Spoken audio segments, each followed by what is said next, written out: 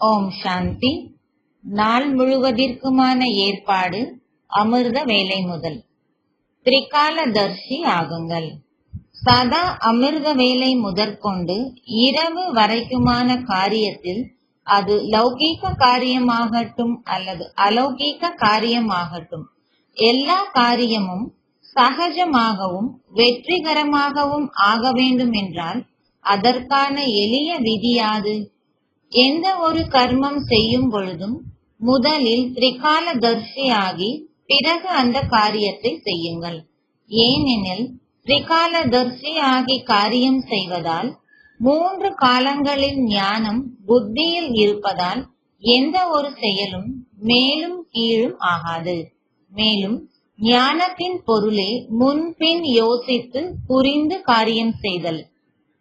அதாவது கர்மத்திற்கு முன்னதாக அதன் பலனை அறிந்திருத்தல். அவ்வாறின்றி சீக்கிரமாக எது தோன்றியதோ அதை செய்து விடுதல், அதில் வெற்றி கிடைப்பதில்லை. முதலில் விளைவை பற்றி யோசியுங்கள்.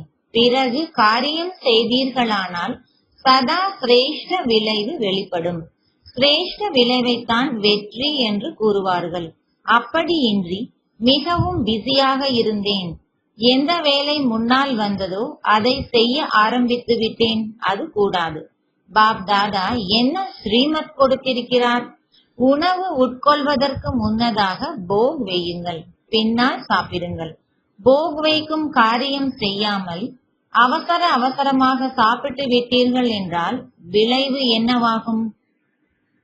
நினைவு மறப்பதால் பிரம்மா போஜனத்தின் மனதின் மீது ஏற்பட வேண்டிய உணவின் பிரபாவம் இருக்காது. ஒன்று பிரபாவம் ஏற்படாது, இரண்டாவது தந்தையின் ஸ்ரீமத்தை ஏற்றுக்கொள்ளாததால் நஷ்டம் ஏற்படும். ஏனெனில் கட்டளையை மீறிய செயல் ஆகிவிட்டது அல்லவா? அதற்கும் எதிர்மறையான பலன் கிடைக்கும். கர்மம் செய்வதற்கு முன்னால் முதலில் 3 காலங்களையும் யோசிக்க வேண்டும் என்ற பழக்கம் ஏற்பட்டுவிட்டால் திரிகாலதர்ஷி நிலையில் நிலைத்திருந்து பிறகு கர்மம் செய்தீர்கள் என்றால் எந்த ஒரு செயலும் வீணாகி போகாது, சாதாரணமாக இருக்காது. லௌகீகத்திலும் வெற்றி பெறுவீர்கள் மற்றும் அலௌகீகத்திலும் வெற்றியே வெற்றிதான். எனவே திரிகாலதர்ஷி என்னும் உணர்வின் ஸ்திதி என்கிற சிம்மாசனத்தில் அமருங்கள் மற்றும் என்ன செய்ய வேண்டும், என்ன செய்யக்கூடாது, எப்படி செய்ய வேண்டும் என்று முடிவெடுங்கள். அப்பொழுது எந்த ஒரு செயலும் பயன் கொடுக்கவில்லை என்று ஆகவே ஆகாது. விதை சக்திசாலியாக இருந்தால் பலன் அவசியம் கிடைக்கும்.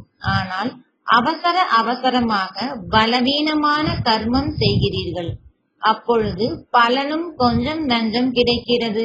எவ்வளவு கிடைக்க வேண்டுமோ அவ்வளவு கிடைப்பதில்லை, எவ்வளவு விரும்புகிறீர்களோ அவ்வளவு கிடைப்பதில்லை. எனவே ஒவ்வொரு செயலின் வெற்றிக்கான ஆதாரம் திரிகாலதர்ஷி ஸ்திதி. அப்படியின்றி மாஸ்டர் திரிகாலதர்ஷி ஆவேன் என்று நினைவு வளர மட்டும் வைத்துக்கொண்டு கர்மம் செய்யும் பொழுது மறந்து விடுவதல்ல. இதை பயன்படுத்துங்கள். இந்த பயிற்சியில் ஒரு பொழுதும் கவனக்குறைவுடையவர் ஆகாதீர்கள். இந்த பயிற்சி செய்யுங்கள்.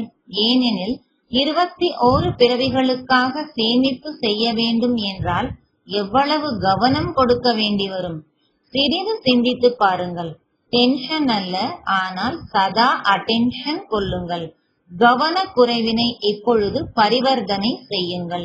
வள்ளல் அளித்துக் கொண்டிருக்கிறார், எனவே முழுமையாக எடுத்துக் கொள்ளுங்கள். கொடுப்பவர் முழுமையாக கொடுத்து கொண்டிருக்க பெறுபவர் சிறிது மட்டும் எடுத்துக்கொண்டு குஷிப்பட்டு கொண்டால் பின் விளைவு என்ன ஆகும்? பிறகு கிடைக்காது. எனவே முழு